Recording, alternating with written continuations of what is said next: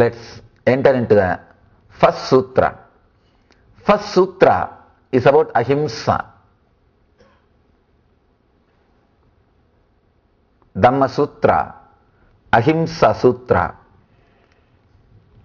Dhammo Mangalamukitam Ahimsa Sanchamotavo Devavi Tam Tamassanti Jasadamme Sayamano.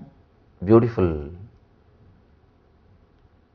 It's not actually Sanskrit. It was the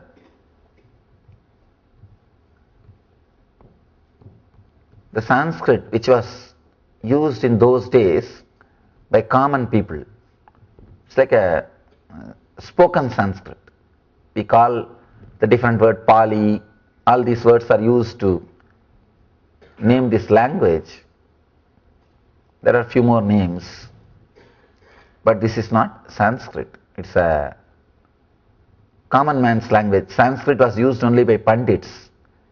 Buddha and Mahavir, both of them used the language used by common people.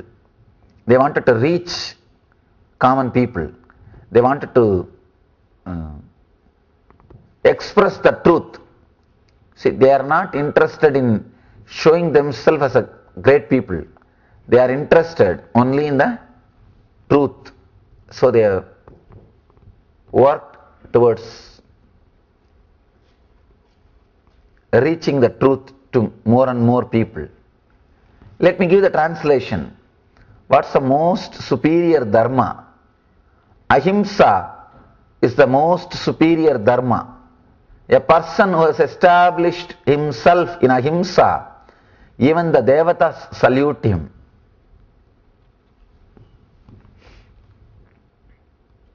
See, I started with non-possessiveness, aparigraha, and I told that we will enter into the sutras, but the first sutra is about ahimsa.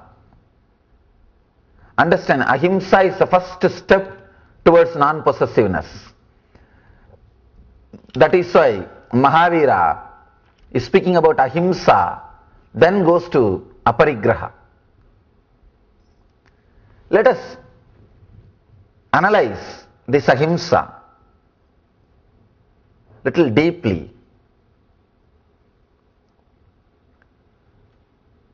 He is saying ahimsa sanjamotavo dhammo mangalamukitam ahimsa sanjamotavo devavitam namassanti jasadamme sayamano. What is the most superior dharma? Ahimsa is the most superior dharma. Person who has established himself in ahimsa, even the devatas salute him. Ahimsa is the most superior dharma, that is the truth. Understand, you can drop any dharma,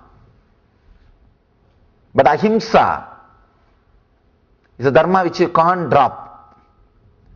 It is the basic understanding for human beings to coexist, to live together. Without ahimsa, no human being can live on the planet Earth.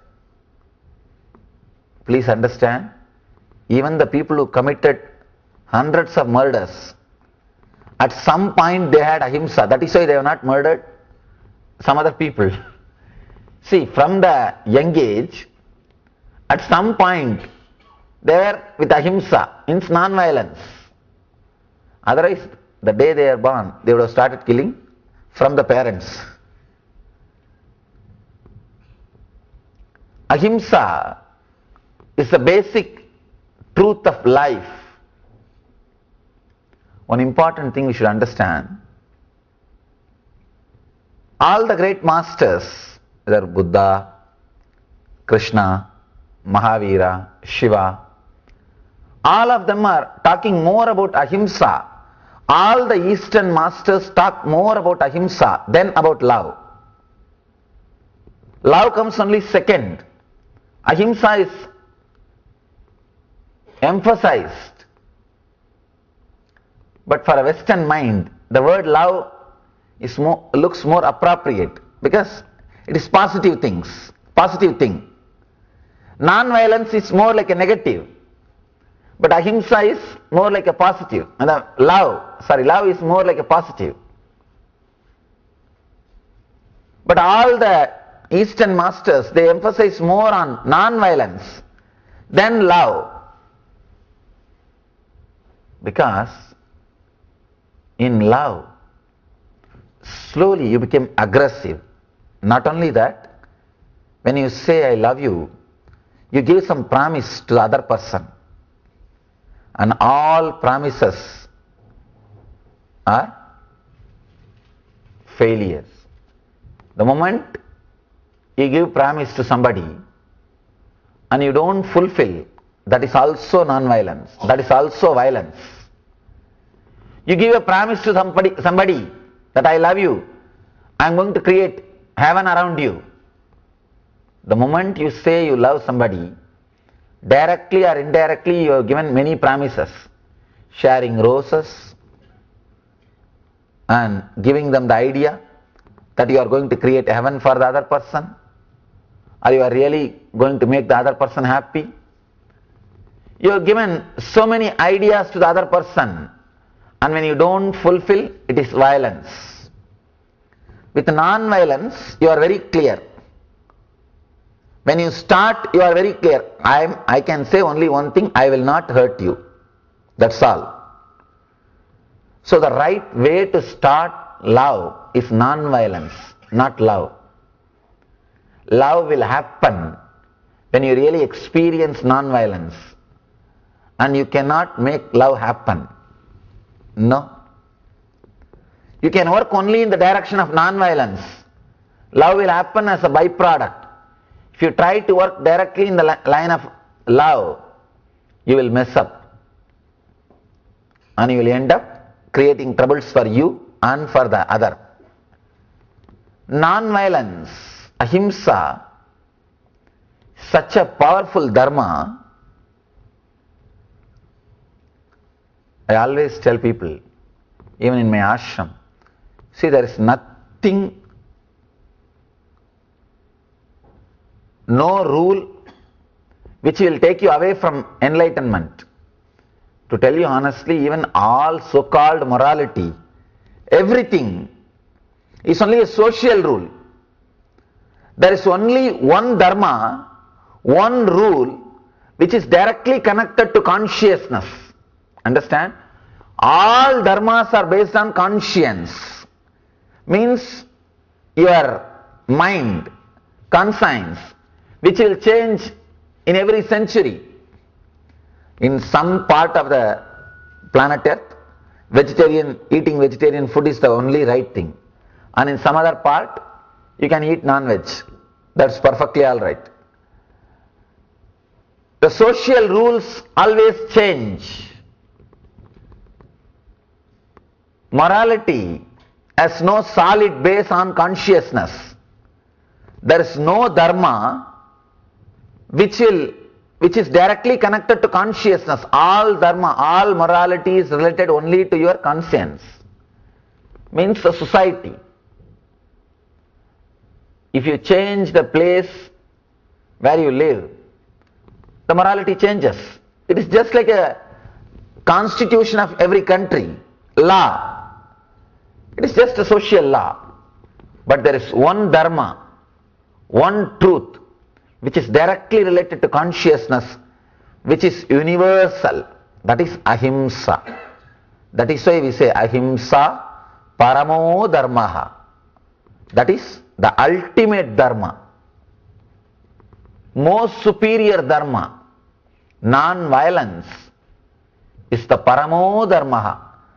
See, unless you learn, you imbibe the idea of non-violence, you can't live on the planet Earth. It is a simple, basic, preliminary understanding to live and let live, to coexist on the planet Earth. tell you a story which happened in my life.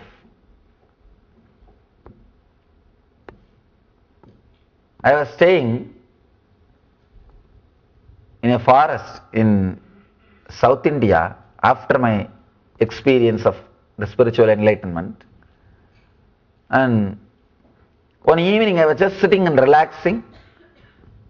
There was no thought, just deep silence. It was a forest and a small hillock was there. I was sitting near that hillock, forest, just a complete silence.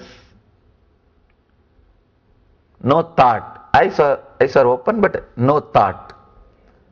There was no clutching, means the chain of thoughts. Just I was completely relaxed. There was a big snake in front of me, lying more than 3-4 hours, just 1 feet away. But I did not have a thought, it's a snake, it is dangerous to my life, all those things. As long as I did not have the thought, it's a snake, snake did not have a thought, I am a man, and dangerous to its life. And after few hours, as usual, slowly mind comes down from that beautiful silence, intense silence. Slowly, when a thought started raising, when a mind started clutching, when the first thought came, oh, there's a snake. The moment I got the idea that there is a snake, I saw very clearly the snake got the idea there is a man. Till then, the snake did not have idea I am a man. Only when I got the thought there is a snake, this is snake, the snake started thinking I am a man, there is a man. Then I slowly moved little backwards and the snake also just moved little away, went and disappeared. Understand, as long as I did not have a thought, it's a snake. Snake did not have a thought, I am a man. Only when I feel threatened, when I felt I am in danger, so naturally now the possibility to attack, the non-violence has disappeared. Now the violence may start. There is a possibility where violence is there. Same way, the snake also felt that there is a possibility for violence is there. See, only when you are afraid you attack. Be very clear, all the people who think they are great warriors, they are all cowards. Only cowards attack. Mahavira never attacks. Mahavira means the ultimate warrior. He never attacks. If you are attacking the other person, you are afraid that he may kill you. You want to kill him before he kills you, that's all. See, all the wars are created only by cowards, not by courageous people. Just they want to kill the other person before they are killed, that's all. That is the truth. That is the truth. Even in your life, be very clear. If you are threatened by somebody, sit and analyze. That person must be feeling threatened by you. And try to sort out that issue. You will never be disturbed. Whenever people come to me and say, I am threatened, I am in danger, I tell them, no, wait. Just see. You must be threatening the other person in some way, directly or indirectly. Find out and remove the fear from him. Say, send him a message, directly or indirectly, that you are not going to be a threat for him. You will not have any dangers. You will attack only when you are threatened. This incident, it taught me a big lesson. Only when I had the idea, thought that there is a snake, snake had the idea, there is a man. When you are established in ahimsa, non-violence, naturally the non-possessiveness starts expressing through you. The person who is established in himself in ahimsa, even the devatas salute him. Because, understand, even devatas are not completely established in ahimsa. If you are established in ahimsa, you will become enlightened, not as a devata. Devata is a being whose thought per second has come down little bit, who can enjoy little more pleasures. Devatas means angels. Angels are not gods. Word devata should not be translated into God. It should only be translated as angels. These devatas, even they are not completely enlightened. So when you really establish yourself in ahimsa, you become enlightened. Even devatas, the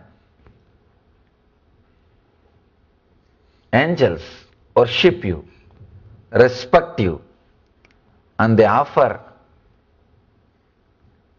their very being, they surrender at your feet. There are so many stories, devatas coming and respecting, serving the enlightened beings. Let me give you the translation. Parigraha does not mean to have clothes and other items of basic need, but to have attachment towards this is parigraha. Beautiful. First thing he is telling, parigraha means, possessiveness means, don't think that having clothes and other items of basic need, that is not possessiveness, but having attachment towards it is possessiveness. This is the one sutra which created so much of wealth around the followers of Mahavir. They were successful socially just because of this one sutra, this one teaching. This is the ultimate technique to create and enjoy wealth. Understand? When you become non-possessive, the capability to enjoy increases. The power to enjoy, the intensity to enjoy becomes more. You can see in your life, whenever you are enjoying something which you are really possessive, you will be so suffocated. The fear that it may leave you will never allow you to enjoy it. Only when you are with a non-serious attitude, playfulness, the intensity with which you are enjoying will be so beautiful, amazing, you will create more wealth and live it and experience it. Parigraha does not mean to have clothes and other items of basic need, but to have attachment towards these is parigraha. Again, Patanjali says beautifully, when you achieve the non-possessiveness, you get the insight, you experience the truth of why you took birth and knowledge about your past life. See, as on now, you are not able to have the knowledge of your past life because you are too much caught by the things which you are having. You are too much filled by the possessions which you are having. Your inner space is forgotten to move beyond the things which you are having in your life. Understand? the few things which you are having, few cars and your home and your few relationships, this occupies your inner space so much, you do not have enough space to look further, to look beyond. One more important thing,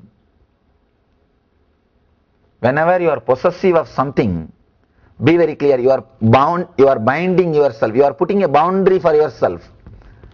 You are not allowing the further expansion. You are stopping, you are curtailing the possibility for growth. Any possessiveness is curtailing the possibility for growth. That is why a possessive person suffocates himself and suffocates others. Whoever is around him or her, he or she suffocates the other person also. Ahimsa and possessiveness, these two are very closely connected.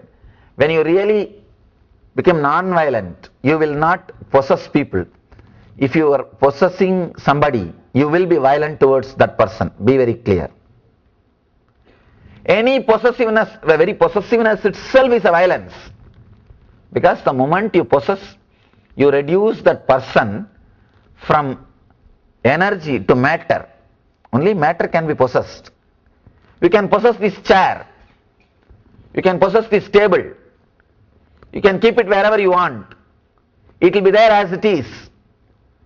But you can't possess a living being. If you do, you are reducing that living being from energy to the person, from energy to matter. Possessiveness is violence. Parigraha is himsa. That is why Mahavir touches ahimsa first before talking about aparigraha. See, two things. Not having desires or suppressing your desires means suicide. It is just suicide. Because desire is the energy which moves your body. Desire is prana, fuel for your system. Having desire is the only way to move your system. So not having desire or killing the desire is not the goal. Creating enough of inner space to accommodate all your desires, so that desire does not torture you, desire does not suffocate you, so that you don't feel disturbed by the desires. Understand? Not having desires is not the goal. Then we can live like a buffaloes. How to? How to do? Whenever you feel that you are possessing something, decide very clearly to unclutch from it consciously. Visualize how your life will be without that object or that person. Sometimes you may think, oh, I can do without it. That's all. Then perfectly all right. Sometimes you may have little suffering. Go through that suffering, that moment itself. That suffering itself will purify you. Understand? When you feel that you are too much attached, you are possessive of some person or some object, sit and visualize your life without that person or that object. If you feel you can do without it, relax, nothing to worry. If you feel suffering, oh God, my life will, I can't do without him or her or that object, then sit and meditate your life without that person. Create that pain, allow that suffering. Suddenly you will see that suffering itself is so powerful. The pain is so powerful. It will teach you, it will purify you. When you come out, when that suffering disappears from your inner space, because you can't be constantly suffering. At the most you can suffer for few hours. slowly that suffering will settle down. That depression will leave you. That pain will leave your inner space. When that pain leaves your inner space, already you would have learnt a lesson of aparigraha. This is powerful technique to achieve aparigraha. Start meditating your life without that person or object. Let that pain, suffering arise in your inner space and wait till it disappears. Be silent, have patience till that disappears. When that pain and suffering leaves your inner space, you would have been matured, because pain and suffering teaches you. It's a powerful master. It's a powerful teacher. No other master or teacher can teach you like pain or suffering. Using even pain to learn, using even suffering to grow, using even the failures to mature yourself. When you expand your inner space through this way, understand this technique is a very powerful technique. Try it. Whenever you feel you are possessive of somebody, something, sit, unclutch, disconnect, allow the pain, allow the suffering. Now what can be done? Because anything can be taken away from you.